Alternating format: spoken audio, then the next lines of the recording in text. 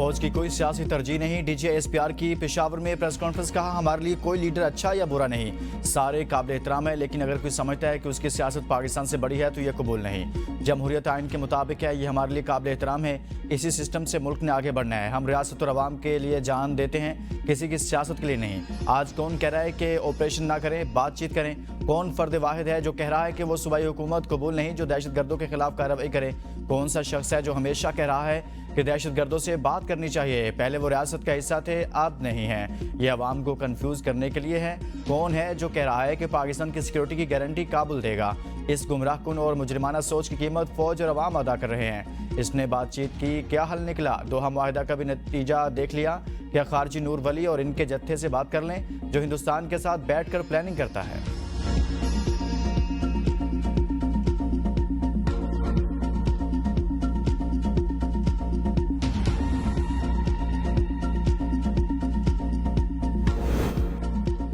जो सियासी शोबदाबाजी करते हैं इनसे सवाल पूछें, इनका गिरेबान पकड़ें कि वो दहशतगर्दी की क्यों हिमायत कर रहे हैं, इनका बयानिया क्यों बना रहे हैं। बयानिए के बगैर दहशतगर्दी खत्म नहीं होगी। DGSPR कहते हैं अदालती सिस्टम के बगैर दहशतगर्दी खत्म नहीं होगी। एक घर से हमला किया जाता है, क्या इस पर जवाबी कार्रवाई कोलैटरल डैमेज है? घर में असलहा के जखीरे से रखना क्या सहूलतकारी नहीं? कोई कोलैटरल डैमेज नहीं। दहशतगर्द हैं और इनके सहूलतकार। सियासी हुकूमत जो कभी कहती है बातचीत से मसला हल होगा, वो सहूलतकार को पैसे देकर इसका रुतबा बढ़ा देते हैं। इनकी सियासत इस अभाम से पिनम रही है कि इस सूबे में करप्शन और गवर्नेंस एक इशू नहीं। आप इस पर बात क्यों नहीं करते? क्योंकि सारा दिन दहशतगर्दी पर बात होती है। हर साल कुदरती आफात इसी जगह आती हैं, इस पर सवाल नहीं होता। NFC के पैसे क्यों नहीं लग रहे, ये सवाल नहीं होता। एक ठेकेदार से 40 अरब करप्शन निकलती है, इस पर सवाल नहीं होता। दहशतगर्दी पर कन्फ्यूजन रखनी है, ये इनका मुफाद है। अफगानिस्तान का बॉर्डर वाहिद बॉर्डर है जहाँ सिर्फ हमारी तरफ से सिक्योरिटी होती है, दूसरी तरफ से दहशतगर्दों की सहूलतकारी की जाती है। झूठ और गलाजत से भरी सियासत से खुद को दूर करना होगा। इनका बयानिया बनाया जाता है कि हम बात नहीं कर रहे थे, फौज कर रही थी। आप अथॉरिटी लेना चाहते हैं, जिम्मेदारी नहीं लेना चाहते। फौज रियासत का इदारा है, रियासत मजलिस शुरा विफाकी और सूबाई हुकूमतें हैं। फौज का हुकूमत से सरकारी ताल्लुक होता है, सियासी पार्टी से ताल्लुक नहीं होता। अगर इससे उस वक्त की हुकूमत सियासी बनाती है तो ये गलत है। हम इनपुट देते हैं, राय देते हैं, लेकिन हम रियासत नहीं। फैसले सियासत करती है, रियासत करती है। फैसला सही हो जाए तो क्रेडिट आप ले लें, गलत हो जाए तो फौज पर डाल दें।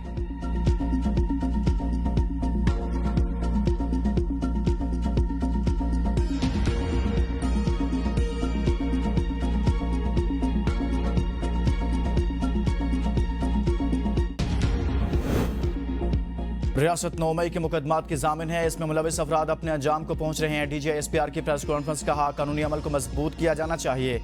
कोई इन जुराइम के बाद खुला नहीं फिर सकता। क्या ऐसी क़यादत लाई जा रही है जो रियासत के खिलाफ है? रियासत इंतहाई मजबूत है, दहशतगर्दी के खिलाफ जंग जारी रहेगी।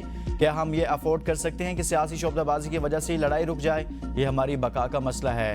उन्होंने कहा कि एक लेफ्टिनेंट जनरल और साबिक DGSI का कोर्ट मार्शल हो रहा है। रियासत को इसमें वाज़ेह काम करना है। इंसाफ की तमाम ज़रूरियात पूरी होनी चाहिए ताकि सवाल न उठे। हमें किसी ताख़ीर की परेशानी नहीं, हमने इंसाफ के तकाजे पूरे करना है। फौज का लीगल प्रोसेस बहुत मुनसिफाना है। किसी के खिलाफ कानूनी कार्रवाई में दिफा का पूरा मौका दिया जाता है। तमाम कानूनी हुकूक हासिल होते हैं। सिविल वकील की इजाज़त होती है। कोर्ट मार्शल का लीगल प्रोसेस जारी है जिसका मंतकी अंजाम होगा।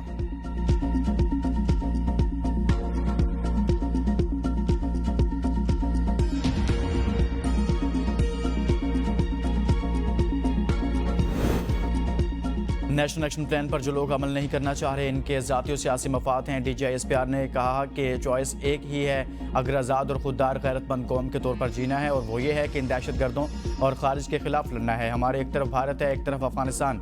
इंसानी हुकूक के लंबरदार सिर्फ लिप सर्विस कर सकते हैं, कोई आपकी मदद के लिए नहीं आएगा। सियासी मकासद के लिए बयानबाजी का कोई मकसद नहीं। ऑपरेशन नहीं किया करेंगे तो क्या करें? इनको घरों में बुलाएंगे, सड़कें इनके हवाले करेंगे, अपने बच्चों और बच्चियों को इनके हवाले करेंगे। हम बयानबाजी से मुतासिर नहीं होते। हमें ये पता है कि हम हक पर खड़े हैं। शुहदा ने हक की राह में जान दी है, सब ने चले जाना है। सवाल ये है कि हक पर खड़ा होना है या नहीं। मुकाबला सख्त है, लेकिन मुकाबला हमेशा हक जीतेगा।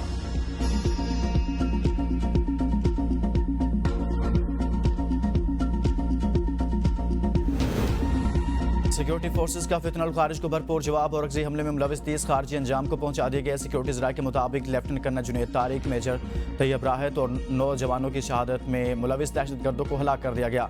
सिक्योरिटी फोर्सेज मुल्क भर से दहशतगर्दी के खात्मे के लिए पुरज़्म हैं। बन्नू में CTD से मुकाबले में 2 दहशतगर्द हलाक, हलाक दहशतगर्दों में 4 पुलिस एहलकारों के कत्ल में मुलविस मास्टरमाइंड शामिल।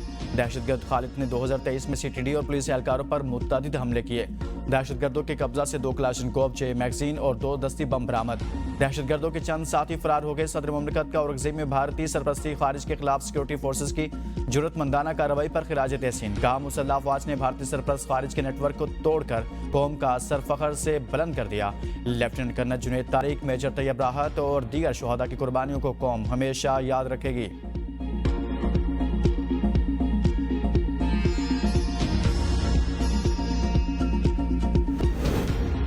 जुड़वा शहरों में मुमकिन एहतजाज। मोटरवे, GT रोड, तालीमी इदारे बंद, मोबाइल फोन और इंटरनेट सर्विस मुअत्तल। इस्लामाबाद और रावलपिंडी के दाखिली रास्ते कंटेनर लगाकर बंद कर दिए गए।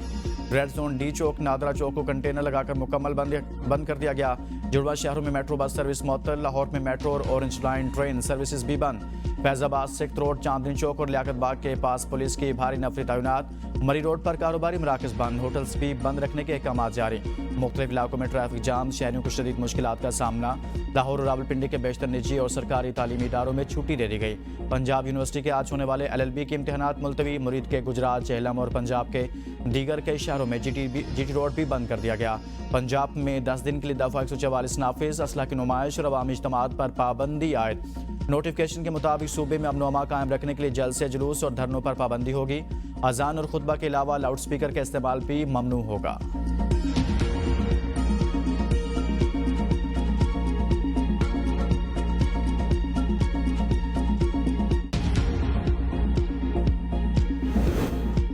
इसराइली काबीना ने ट्रंप प्लान के तहत जंगबंदी के माहदे की मंजूरी दे दी। हमास की ज़ेर हिरासत तमाम यरगमालियों की रिहाई मुमकिन बनाई जाएगी। मंसूबे की मंजूरी के साथ ही जंगबंदी अब मुअस्सर हो गई है। इसराइली काबीना के इजलास में अमरीकी नुमाइंदा स्टीव विटकॉफ और सदर ट्रंप के दामाद जेरेड किश्नर ने भी शिरकत की। फ़लस्तीनी सदर महमूद अब्बास कहते हैं, आज तारीखी दिन गजा और मगरबी किनारे में खूनरेज़ी खत्म हो गई। जंगबंदी के बाद अमन, सलामती और इस्तेहकाम बरकरार रहने की उम्मीद है।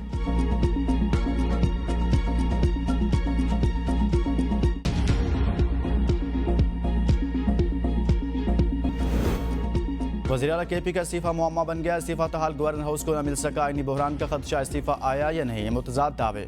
PTI और खैबर पख्तूनख्वा आमने सामने। खैबर पख्तूनख्वा हुकूमत का दावा किया गया कि गवर्नर खैबर पख्तूनख्वा फैसल करीम कुंडी को इस्तीफ़ा मौसूल हो गया। गवर्नर KP फैसल करीम कुंडी की तरदीद सूबाई हुकूमत के ज़राए का कहना है। वज़ीर आला KP अलीमीन गंडापुर ने इस्तीफ़ा गवर्नर हाउस पेशावर भेजा था। गवर्नर के इस्लामाबाद जाने के बाद समरी गवर्नर हाउस को मौसूल हुई। इस्तीफ़े पर बाकायदा वसूली के दस्तखत भी हैं। गवर्नर खैबर पख्तूनख्वा फैसल करीम कुंडी का कहना है, मेरे पास वज़ीर आला का बाज़ाब्ता कोई इस्तीफ़ा नहीं आया। जब इस्तीफ़ा आएगा तो कानून के मुताबिक कार्रवाई करूँगा। मिलिट्री सेक्रेटरी को इस्तीफ़ा मौसूल होना फेक न्यूज़ है।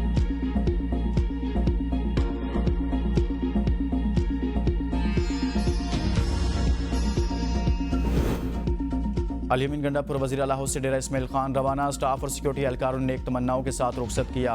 अलीमीन गंडापुर ने रवानगी से कबल स्टाफ से मुसाफा किया और शुक्रिया अदा किया। जज्बाती मनाजर देखने में आए।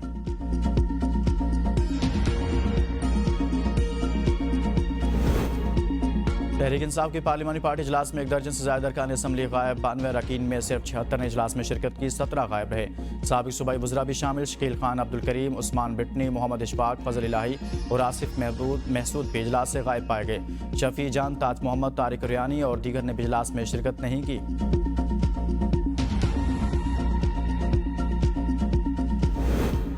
पंजाब असम्बली में नया बहरान। PTI अरकान कायमा कमेटियों से मुस्तफ़ी हो गए। अहम कायमा कमेटियों की चेयरमैनशिप से भी इस्तीफ़ा दे दिए। कायमा कमेटी बराए लोकल गवर्नमेंट के चेयरमैन इम्तियाज़ महमूद का इस्तीफ़ा स्पीकर ऑफिस को मौसूल। कायमा कमेटी बराए इस्तेहकाक के रुकन राना शहबाज ने भी रुकनियत से इस्तीफ़ा दे दिया। प्राइस कंट्रोल कमेटी के चेयरमैन ओवैस विरक भी चेयरमैनशिप से मुस्तफ़ी। पंजाब असम्बली में PTI के पास पब्लिक अकाउंट समेत कई अहम कमेटियों की चेयरमैनशिप है।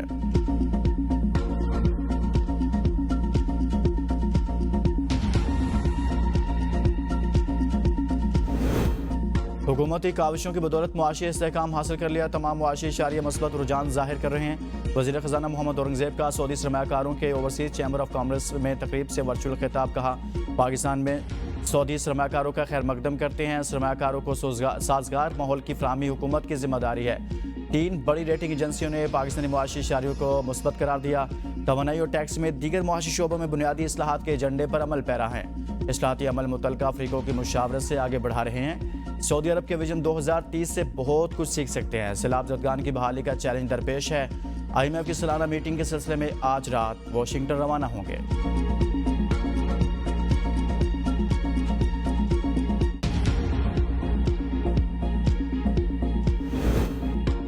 वज़ीर दाखिला मोहसिन नकवी का पेशावर में फेडरल कांस्टेबलरी हेडक्वार्टर का दौरा। शुहदा को खिराज अकीदत पेश किया। मोहसिन नकवी इजलास से खिताब में कहा कि क़याम की जिम्मेदारी की अहसन तरीके से अदायगी के लिए फेडरल कांस्टेबलरी को हर तरह से मजबूत किया जाएगा। फेडरल कांस्टेबलरी के जवानों को जदीद तकाज़ों के मुताबिक ट्रेनिंग देने के साथ जवानों को तरबियत के लिए बैरून ममालिक भी भेजा जाएगा। हर तरह के वसाइल फराहम किए जाएंगे।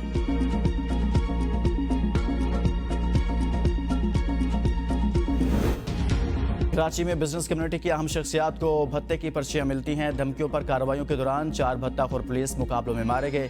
वज़ीर दाखिला सिंध ज़ियाउल हसन लंजार की IG सिंध के हमरा प्रेस कॉन्फ्रेंस कहा तरजीह है बिजनेस कम्युनिटी को ऐसा माहौल दें जिससे कारोबार में इजाफा हो। कराची में भत्ताखोरी का मसला इंतहाई संजीदा है।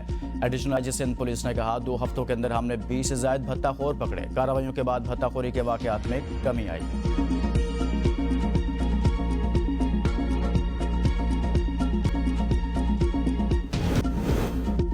आज़ाद कश्मीर की सियासत में नई हलचल। पीपल्स पार्टी आज़ाद कश्मीर की आला क़यादत कराची पहुंच गई।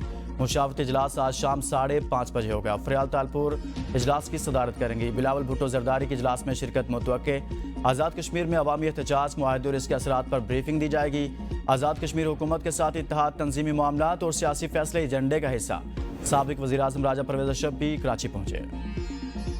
1 नवंबर से शुगर मिल्स ना चलाएं तो एहतजाज करेंगे। वज़ीर आज़म दहशतगर्दी और ज़राअत पर एमरजेंसी का ऐलान करें। चेयरमैन पाकिस्तान किसान इत्तेहाद खालिद हुसैन बाट की प्रेस कॉन्फ्रेंस। कहा हुकूमत ने किसानों को गंदम का रेट नहीं दिया। 1800 रुपये मन लेकर आज 3700 में फरोख्त की जा रही है। किसान को माशी मुश्किलात का सामना करना पड़ा।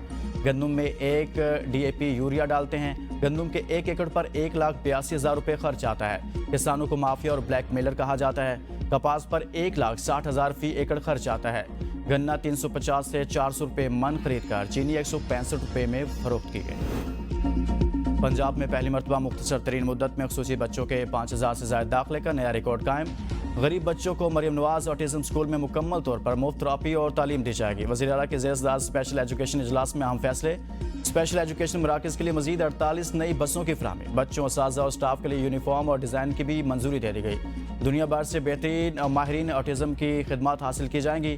खुसूसी बच्चों को हिम्मत कार्ड प्रोग्राम में भी शामिल किया जाएगा। स्कूल के लिए जामे फंक्शनल ग्रीन निसाब तैयार। कम्युनिकेशन, लैंग्वेज, लाइफ स्किल्स, इस्लामी और अखलाकी तालीम, टेक्नोलॉजी, जिस्मानी तालीम और समाजियात शामिल। Open gym, walking track, sensory garden और साउंड थेरेपी सेंटर्स कायम किए जाएंगे। 3 से 16 साल तक के बच्चों को दाखिला दिया जाएगा। बच्चों की स्किल्स और हिफाजत के लिए CCTV कैमरे नस्ब किए जाएंगे।